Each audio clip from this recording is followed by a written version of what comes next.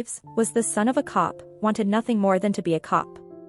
He was trained like a cop, conducted himself like a cop, and died like a cop on July 18, 2005 roughly 2 p.m., at Wequahic High School in Newark, New Jersey.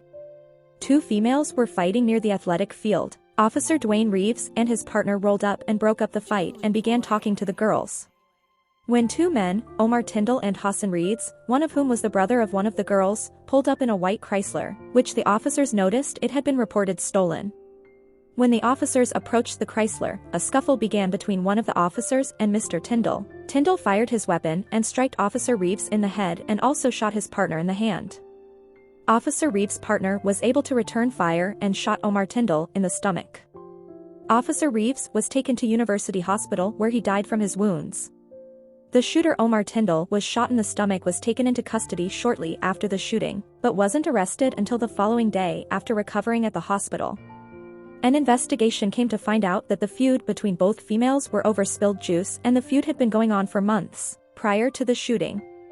Omar Tyndall was a blood gang member. The police said that Mr. Tyndall, a brother of one of the girls, had warned friends of his sister's rival that they would be planning her funeral once he was done with her.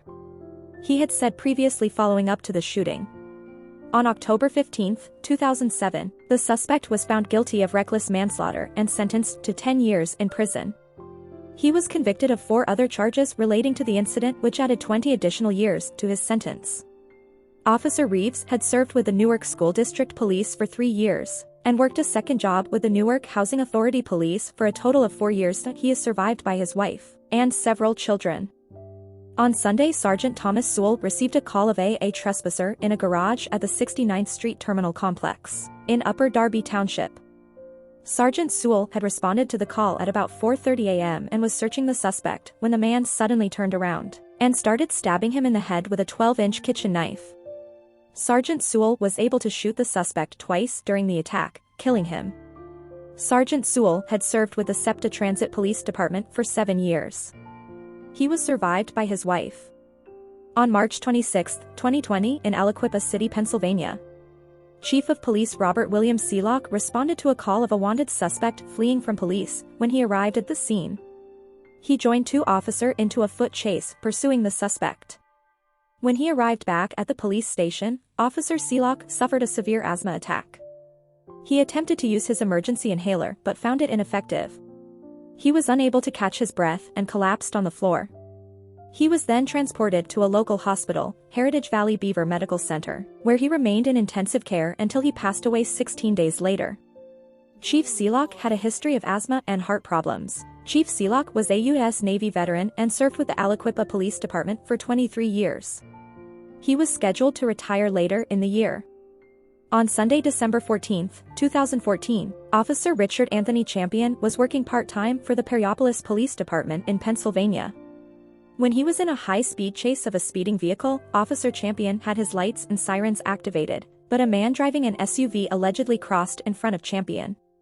Officer Champion swerved in an attempt to avoid the collision on a straight stretch of the 4-lane highway, but was unsuccessful. After the vehicles collided, Champion's cruiser left the road and struck a business sign. His police cruiser instantly burst into flames. Officer Champion became trapped in his patrol vehicle. Nearby customers at the Big Barn Country Store and deli ran to the accident scene with fire extinguishers, attempting to break the windows but were unable to free him. Officer Champion was pronounced dead at the scene at 2:15 p.m. The other driver that collided with the officer was taken to UPMC Presbyterian Hospital in Pittsburgh for treatment of what police described him to be in critical condition. Andrew Bohatch, the 59-year-old man that was driving the SUV, was pronounced dead 5 days later at the Presbyterian Hospital in Pittsburgh. At the time of the incident, Officer Champion left behind his wife and a 16-month-old son. He was also a member of the U.S. Army Reserves. In May 2017, Route 51 in Fayette County was renamed Officer Richard Champion Highway.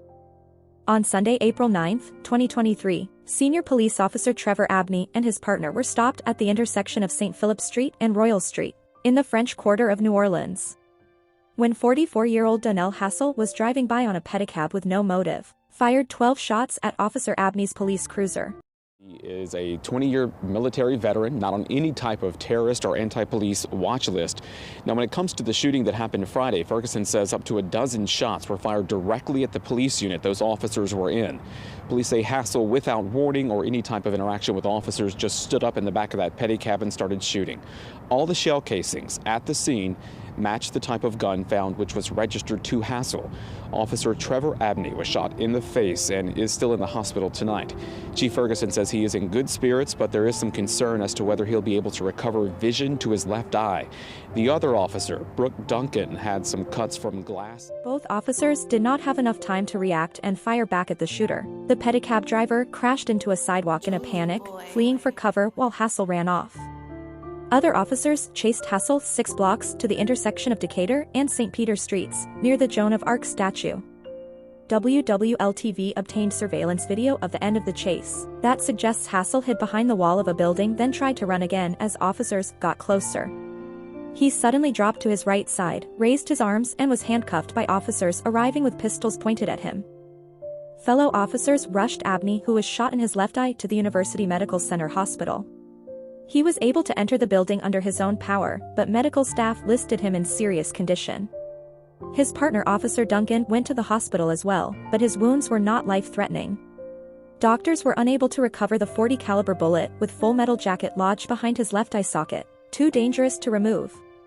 The bullet remained lodged in his brain and left him blind in his left eye.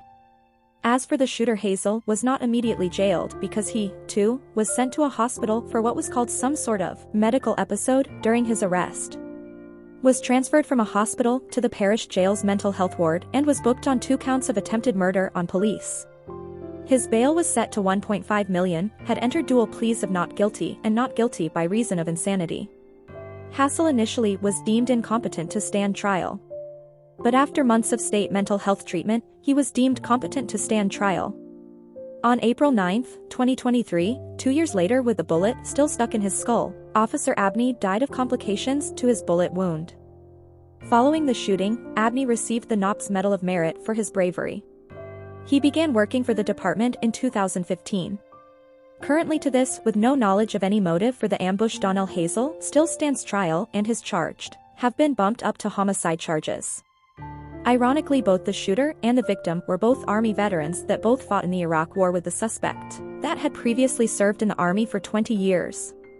The case is still ongoing, and the connection between the suspect and the victim and also the shooter's motive is still unknown.